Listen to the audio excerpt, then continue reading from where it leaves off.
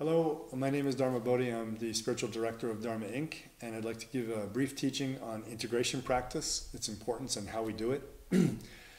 Integration practice is extremely important in Tantric Yoga. It would be impossible to become enlightened, certainly impossible to become a Mahasiddha, if integration practice was not attended to. We have formal practice, which is what we call it when we sit down and do some exercises that we know in a room, in an altar room or a temple or something like that, in our own room or practice room. And we have informal practice, which is what goes on all day long as we integrate. So the informal practice we tend to call integration practice. It's obvious that we spend far more time in integration practice than we do in formal seated practices, except for very rare yogins who spend, more than 12 hours a day in seated practice in retreat. Most of us are holding down a job and having a family and all these other things. So it's very important that we understand integration practice because we'll be spending the most time there. And like I said, for real results in Tantric Yoga, we need integration practice and we have to become very good at it. So the most important of all integration practices can be called second attention in English. It means that no matter what I'm doing as my primary attention, let's say I'm chopping vegetables, slicing some vegetables or something, filleting a fish, whatever, I want to have my primary attention, especially now using a knife, on what I'm doing. But my second attention, my mind can hold more than one awareness. My second awareness will be on something else. And that will make sure that I do not become so absorbed into this activity, whatever it is, that I become mindless. That I would react if something happened around me, that I lose my sense of present moment awareness, or presence even.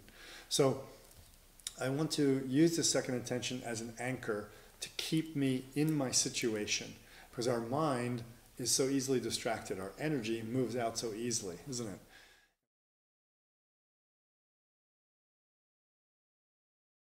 Let's look at some of the beginner options that we can use for second attention. First one would just be normal breathing. We have to continue breathing no matter what we're doing.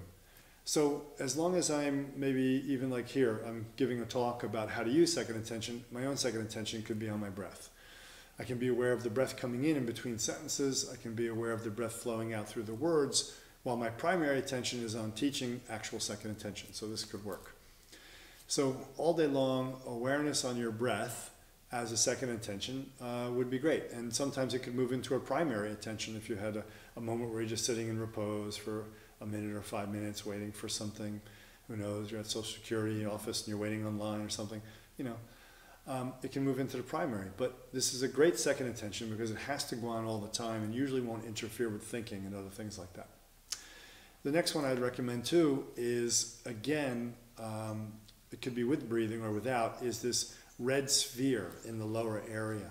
So while I'm here instructing second attention, I'm doing this right now. I'm visualizing a red sphere in the lower part of my lower kumbha or pelvis area, about 2-3 inches below my navel in the center of my body. This red light sphere is there. And I might even want to accentuate it by having the breath go into and out of that sphere. As if I breathe in, it flows into it. When I breathe out, it flows out. So while I'm giving this instruction on the video right now, I'm holding an awareness of that red sphere down there, and the breath is flowing in, the breath is flowing out, and it's a way to hold me in my present situation. I won't get distracted or totally absorbed, in a situation. What happens is doing that keeps us from reacting emotionally, keeps us from getting caught off guard, and that's when our karmas spill out. So this is a great practice.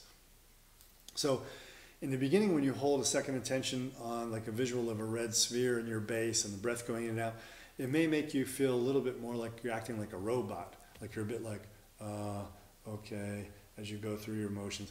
And people may like chuckle a bit when you first try to integrate this, but very quickly it should be just like mine is now, where I have my red sphere there and I'm breathing in and out and so forth.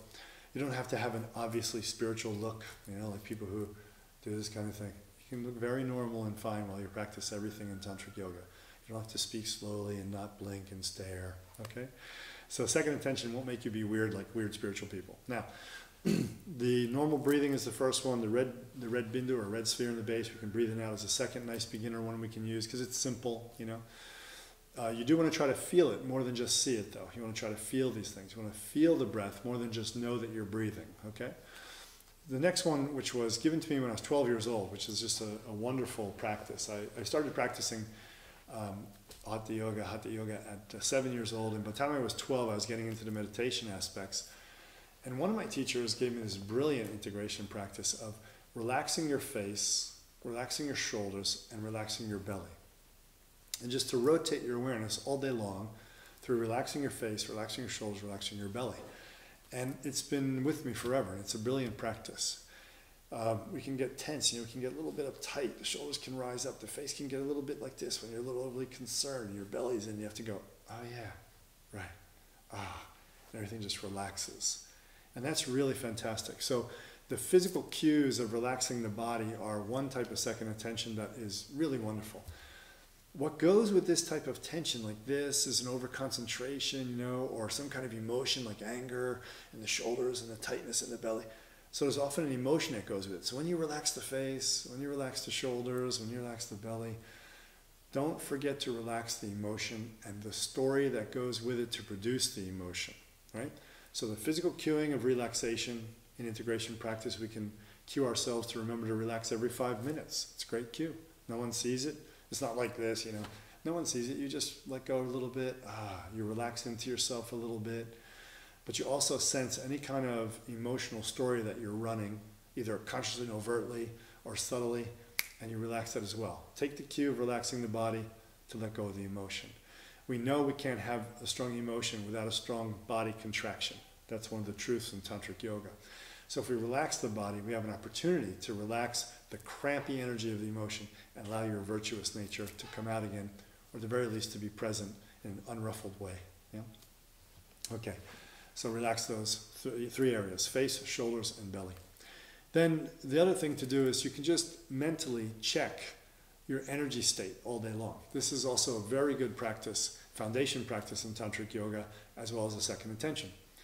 All day long, maybe my little Casio watch goes off every 20 minutes with a beep, or something like that, whatever you figured out how to do it.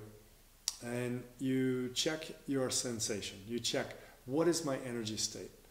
Not a big, long, deep analysis, just, am I feeling up or am I feeling down? Am I feeling constricted or loose and open? Am I feeling flowing or stilted? Feeling really tired, depleted, or relaxed and energetic, So this is another one that we can use. That's the fourth one. That's very good. A last one that's very good too is our posture and our gait. How we stand and how we walk. So we can also use our posture. Use it as a second attention. Keep your posture erect. To the best of your ability, without exhausting yourself or creating more tension, use posture as a second attention. And use your gait as second attention. Be aware how your feet touch the earth, caress the earth, and just walk across her in this way. Be aware how your gait is gliding smoothly, not rigid and stomping because your body's tight or because your emotion and mind is tight in that moment. Yeah. So you can use your gait and you can use your actual posture, especially your spinal posture, as your second attention as well. This is integration practice. Remember, the formal seated practice, we develop certain skills. We're undistracted. We can really focus, say, on creating more desire to be awakened when we chant the prayer of awakening, or more desire to bless all beings with peace and love and feel our heart fill with that and send it out in all directions when we're chanting universal peace prayer and well-being for all beings, Shantipat. We can really feel that. But then when we get off the cushion out of formal practice, move into integration practice, informal practice, this is where the rubber meets the road, so to speak. And this is where we need to be able to generate those experiences and bring them into our life to make it full and rich as a Tantric Yogin. So remember, integration practice is extremely important. It might even be more important than seated practice. Seated practice could be very short, but if your integration practice is very good and you're using everything you do in the morning or at night, all during your day, you're going to have really, really fantastic results, okay? So this is integration practice. Make sure we're integrating all the time with being a virtuous being of wisdom, love, and compassion, using any of the methods that we've learned here so far in all the practices that you've learned, okay? Thank you.